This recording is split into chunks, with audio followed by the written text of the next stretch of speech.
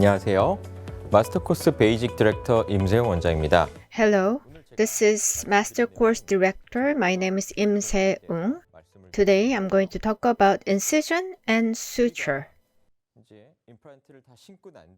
So, in case after placing implant, the final important step will be to have a good wound closure. So typically, more recently, you could sometimes connect healing abutment, but sometimes you have to, use screw and go submerged. So you have to keep it closed. But after surgery, the sutured flap opening sometimes happens. So not making it erupt or suture, keep it closed. These three things are important: incision design and flap management. This is the most important thing. And lastly, if you use adequate suture technique, then through tension-free primary intention, you can have a successful wound closure. So first, as for incisions, in case of incisions, there are basically two approach: horizontal or vertical. So in case of horizontal incision, you do the first, and on the distal side, a bit of religion incision, you do it vertically, and through the teeth, you do circular incision, and sometimes you also do vertical incision. That's about it. But from here, if you go a bit into detail, there are things to be considered. On the anterior sides, it's a bit different, but because on the anterior side, when you do incision, you have to think about recession. So to minimize recession, incision line needs to be formed. So this would be circular incision. So in case of circular incision, the medial line or distal line up to there, you extend. And in case of a horizontal incision, first thing you need to check is mucogingival junction. If you don't check the junction and just cut in the center, then keratinized gingiva cannot be adequately secured. So most important thing is after incision, at least 2 millimeters of keratinized gingiva needs to be secured. If not, you started wrong. One is mucosa and the other side keratinized gingiva. Even after suturing, it can still open. So always more than 2 millimeters of keratinized gingiva needs to be secured, and that's why you have to check the mucosa area. So sometimes you say keratinized gingiva is not necessary, but it's not so. In the implant situation, keratinized gingiva can determine the lifespan of implant. At least 2 millimeters of keratinized gingiva needs to be around implant, especially on the buccal side. And without it, on a long-term basis, it will determine how patient will feel comfortable and whether it could result in peri-implantitis. Hence, in the beginning, from the incision, these things to be considered, and without adequate securing of this, clinically, this kind of problems can arise. So in the past, this is the patient that I checked, and if you see it, there's a lot of bone loss, and patient told me after doing prosthesis, he has always felt uncomfortable. There was always swelling, bleeding, and also itching. So there is a recession, and typically here, compared to this area here, there is no keratinized gingiva. So this is all mucosa. So this type of implant can be problematic. On the other hand, in this implant, then through the free gingiva grafting, FGG, new keratinized gingiva is secured, then it can change the situation. Patient symptoms improved, and after that, patient could really take advantage of the implant. So clinically, this shows the importance of keratinized gingiva. In reality, like this, prosthesis was delivered, but before that, if you check, especially if you do wide gingiva, then mucogingiva junction is pulled up. So you only see like this, only mucosa being there. So if you just do prosthesis, then on a long-term basis, there could be problems. So you have to do something. The easiest thing would be APF. So partial thick flap, you release it and secure it. Then not fully keratinized gingiva, but firm tissues can be generated. And even only with that, clinically, there are advantages. But on top of that, additionally, if you do free gingiva grafting, then better, this type of healthy tissues can be secured. But still, these steps to patients and to clinicians, it can be very stressful. So personally, I don't opt for this, but I try to secure it from the get-go. I think that is the most important point as a clinician. So when you do incision, there are things to be considered, and basically, is it single or there are missing teeth at the back? Incision can be different, and also whether there is a GBR, then also design will become different. And also whether it's anterior area or posterior area, incision design can become different. So let's see how it's different. So there's one missing tooth, then it's easy to design. You just do a horizontal design and do one circular design. Here, you don't really do vertical incision because vertical incision you only do when it's absolutely necessary. But you have to be considerate. Like from the center, you cut it open, what would happen?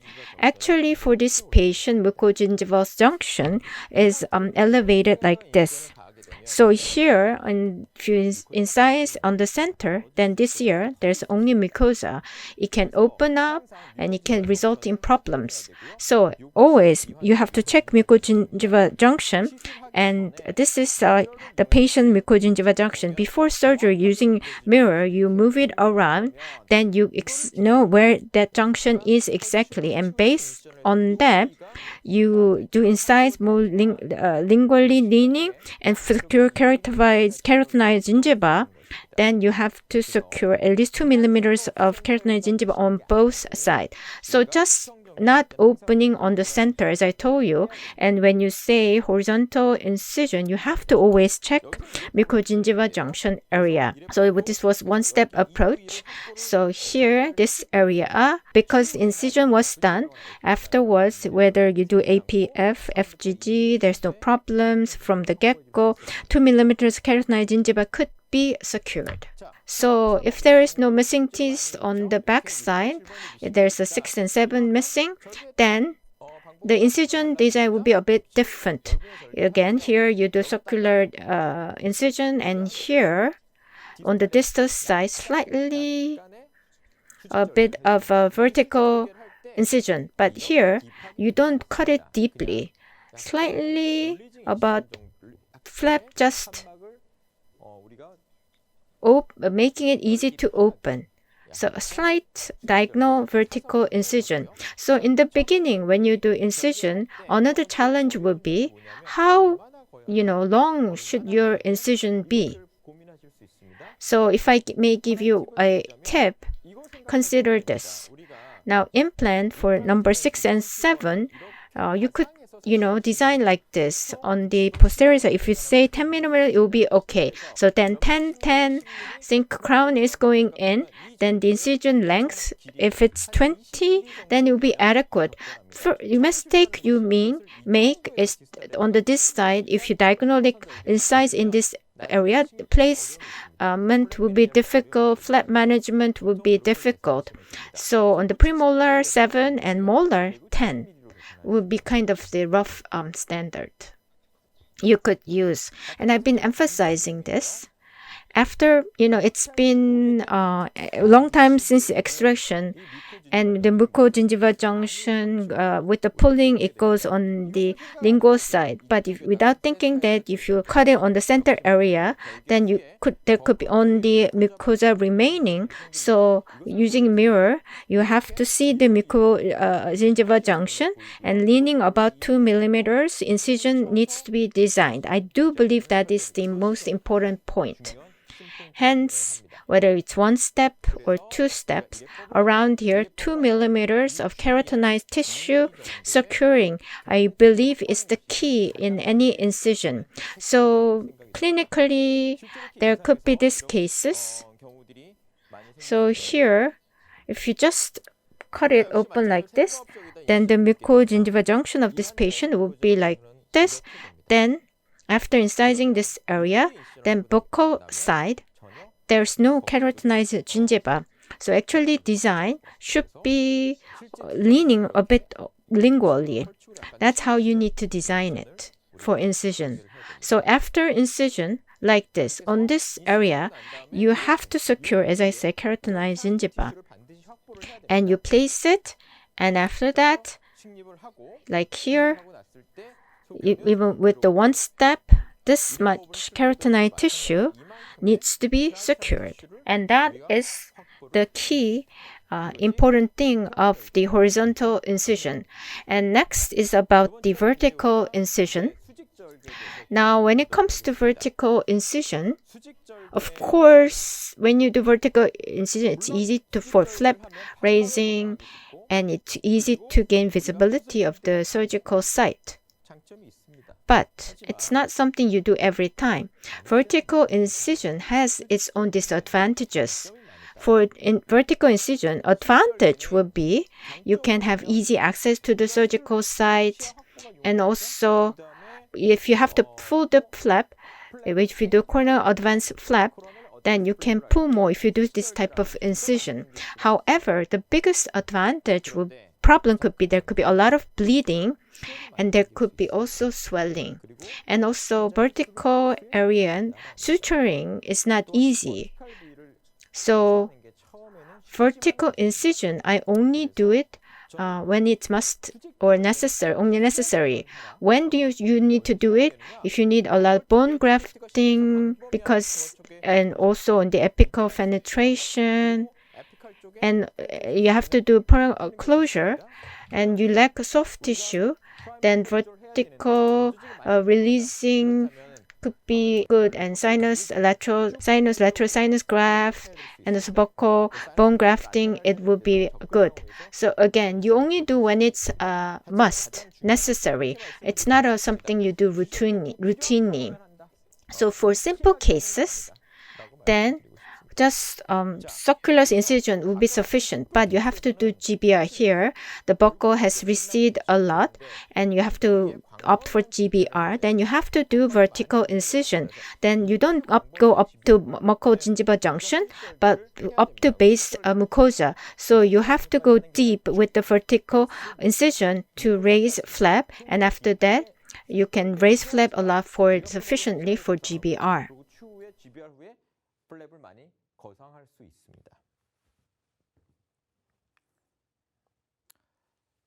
So if it was possible to show with videos, it would have been better, but due to time constraint, I'm just going to talk you through it. So if you're missing teeth and you need GBR in this area, then you have to do vertical incision here, and distally you can go deep, but personally distal area I don't really go deep. So it doesn't go beyond the mucosa. About 3 millimeters is how I go, and on the mesial side, you have to extend to the mucosa. But if you on the mandibular area, when you do vertical incision, you have to be careful, because if it's number 5 here, then underneath directly there could be monteforamen nerve. So when you do vertical incision, you could damage mental nerves. So you have to be aware of that. possibility. So when you do GBR, you have to inevitably do vertical incision, go deep with that incision, and coronally advance it and suture it up in these areas. And this area, you have to suture as the final step. Now, but anterior is a different story. Anterior, again, you have to consider recession possibility. So you have to minimize recession, especially if it's thin biotype. Then, after incision, there's always recession. So you have to consider, and there could be also papillary loss.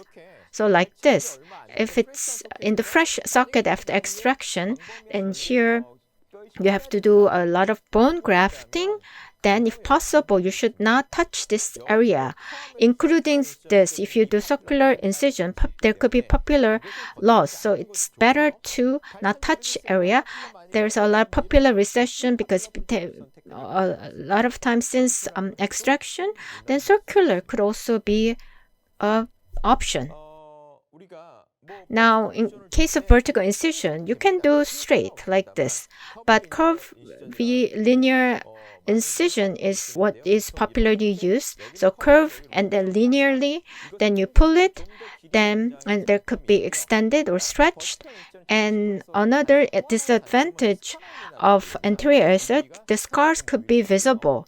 So for this area, when you do vertical incision, don't go vertically, diagonally 45 degrees, the scar line would be minimized. And what is important is that when you suture the vertical incision area site, for me, I use 6-0. That is the only way for that site to minimize visibility of the scar. So curve linear incision, here curve, and then linearly you go, and if you pull it, then it can be stretched more.